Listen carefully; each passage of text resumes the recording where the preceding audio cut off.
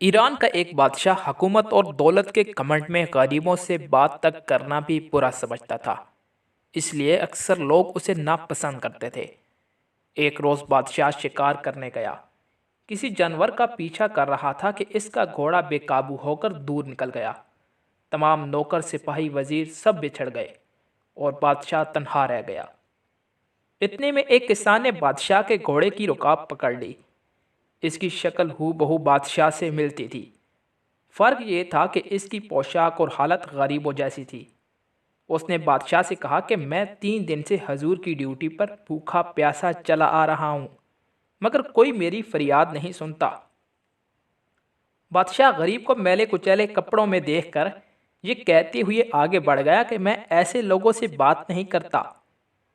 غریب کسان پھر بھی اس کے پیچھے پیچھے چلتا رہا، یہاں تک کہ بادشاہ ایک تالاب پر پہنچ کر گھوڑے سے اترا اور اس نے باغ ڈور کی ایک درخت سے اٹکائی، تاج اور کپڑے اتار کر ایک طرف رکھے اور نہانے کے لیے تالاب میں اتر گیا۔ یہ تالاب ایسے نشیب میں تھا کہ نہانے والے کو اوپر کا کچھ منظر نظر نہ آتا تھا۔ جب بادشاہ تالاب میں اتر چکا تو غریب کسان نے بادشاہ کے کپڑے پہن کر، تاج سر پر رکھ کر بادشاہ کے گھوڑے پر سوار ہو کر رفو چکر ہو گیا۔ کسان بادشاہ تھوڑی ہی دور گیا تھا کہ اسے شاہی نوکر چاکر مل گئے، جنہوں نے اسے بادشاہ سمجھ کر ادب سے سلام کیا اور ان کے ساتھ ہی محل میں چلا گیا۔ اصل بادشاہ تالاب سے نہا کر باہر نکلا تو کپڑے، تاج اور گھوڑا کچھ بھی موجود نہ تھا۔ وہ بہت گھبرایا، مگر اب کیا ہو سکتا تھا؟ ناچار غریب کسان کے میلے کپڑے پہنے اور کئی دن تک فاقے کرنے اور بھٹکنے کے بعد شہر پہنچا، مگر اب اس کی یہ حالت تھی کہ جس سے بات کرتا کوئی منہ نہ لگاتا، اور جب یہ کہتا کہ میں تمہارا بادشاہ ہوں تو لوگ اسے پاگل سمجھ کر ہنس دیتے۔ 2-3 ہفتے اسی طرح گزر گئے۔ جب اس پاگل کا قصہ بادشاہ کی ماں نے سنا تو اسے بلوا کر اس کے سینے پر تل کا نشان دیکھا، پھر جس سے اس کی سچائی تصدیق ہو گئی۔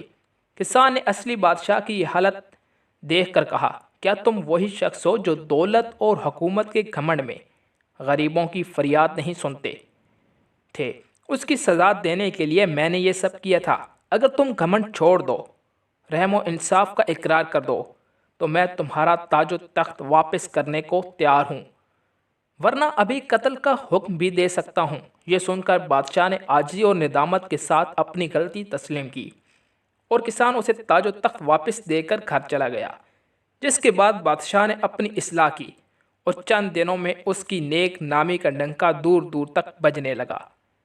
میرے محترم دوستو، آپ کو یہ ویڈیو پسند آئے تو لائک کیجیے اور شیئر کیجیے۔ میرے چینل اردو ناولز ورلڈ کو سبسکرائب کیجیے۔ میں ملتا ہوں آپ کو ایک اور نیکسٹ مزیدار ویڈیو میں، تب تک کے لیے اللہ حافظ۔